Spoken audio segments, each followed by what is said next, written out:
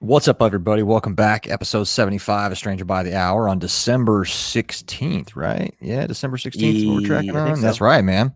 Hell And yeah. this is a daytime episode for everybody. Well, they can listen to it whenever they want. Yeah, But but it's but daytime yeah, here and we there.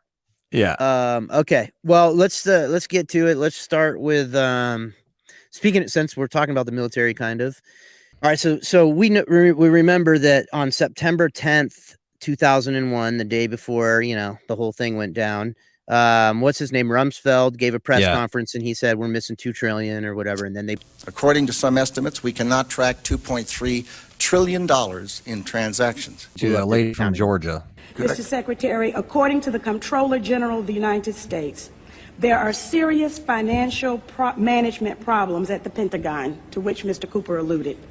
Fiscal year 1999, 2.3 trillion missing. Fiscal year 2000, 1.1 trillion missing. And DOD is the number one reason why the government can't balance its checkbook. Yep. Right. Okay. So now, then they had another audit in January of 2020 where it was determined that they're missing a bunch of money. And then they just did it again. So they had a Defense Department audit. They fail another audit, and now it's can't remember how many more trillion are missing. But okay, so while everything else is going on, all the constant distraction, these are the type of things that are just in and out of the news cycle in like 5 seconds. You know what I mean? And like, Right. you and no accountability. I'm just Well, like want to show that to demonstrate to people that we just accept it. Like it's like they're telling us they stole the money. right. They say, "Oh, well, there's an audit in the deal." It gives the illusion that one entity is inspecting and holding the other entity accountable. You Right. know what I mean? Like it'd be Well, like me saying I did an audit of my wallet, and then I determined that I'd spend all my money on porn or something. You know what I mean? Like it's a thing auditing itself. Catherine Fitz explained this, but she explained how the Pentagon switched its black budget to essentially, it's an unstoppable fucking money machine that'll never be held to account for anything. She's got a ton of stuff explaining like how the graft and the theft works, man. And that's kind of what I was trying to get to, or what I'm always trying to get to when I talk to military members is the fucking nonsense of things like, the PFCs being held accountable for a fucking lost M16 or some Yeah. bullshit. And there's Yeah. like $5 trillion worth of fucking missing money at the highest Yeah. levels, right? Like, Yeah. we see guys get fucking crushed, man.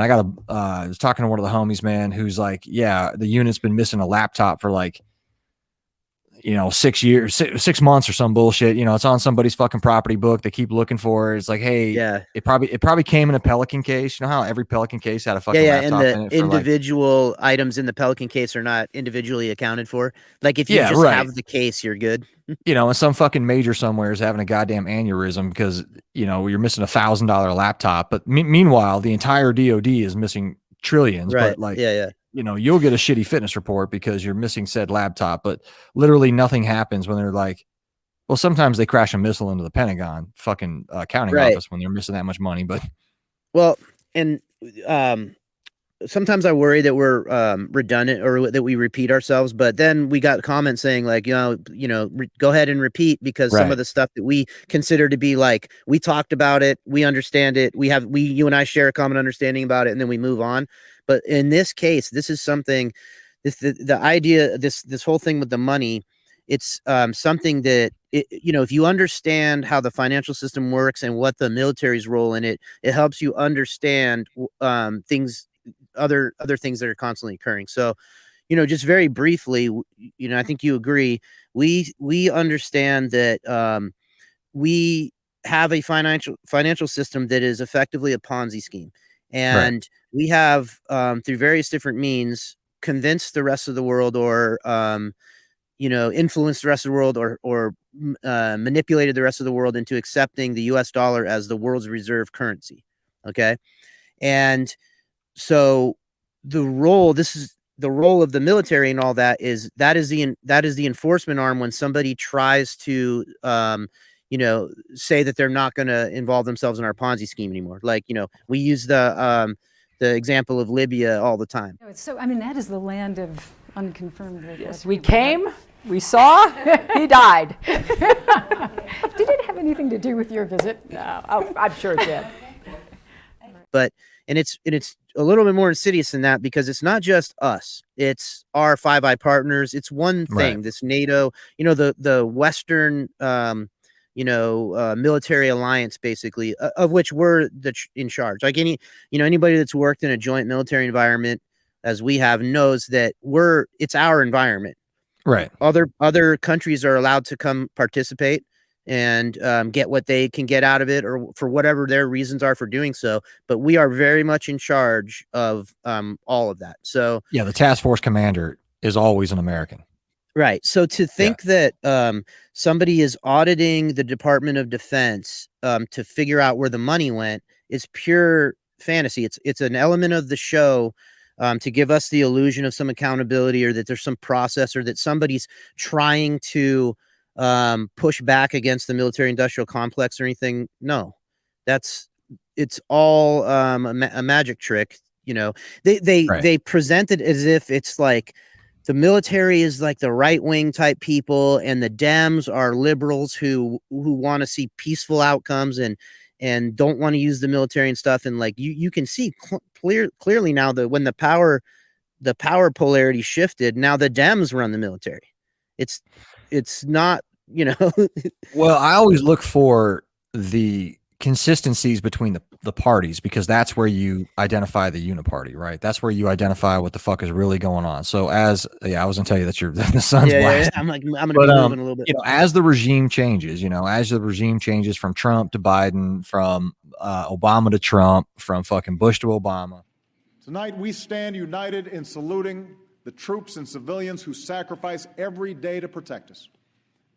Because of them, we can say with confidence that America will complete its mission in Afghanistan and achieve our objective of defeating the core of al-Qaeda. Hey. I saw that. What? What'd you see? What'd you see? He knows what I just saw. Scientific research shows that people who scratch an itchy nose are trying to disguise their discomfort. In other words, it's a nervous gesture. The same goes for rubbing your nose with small strokes like this. What never changed the entire time? War. Yeah. Yep. Oh man, there's a horse in my front yard. What? I don't know why. If you got to handle that, we can pause or whatever. I can edit it out. Yeah, let's do a war zone and just pause real quick, man. Yeah, do it. Go take your thing. I'll just hang out here. All right, cool. I got to figure out why there's a fucking horse in my front yard. Hell yeah. Nice.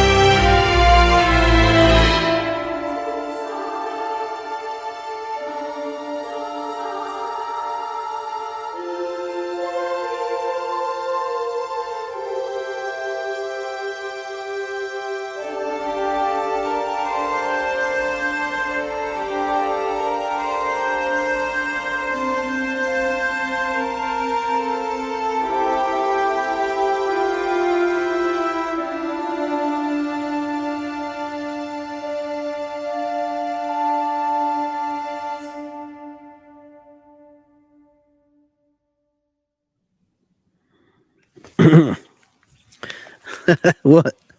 What's the deal?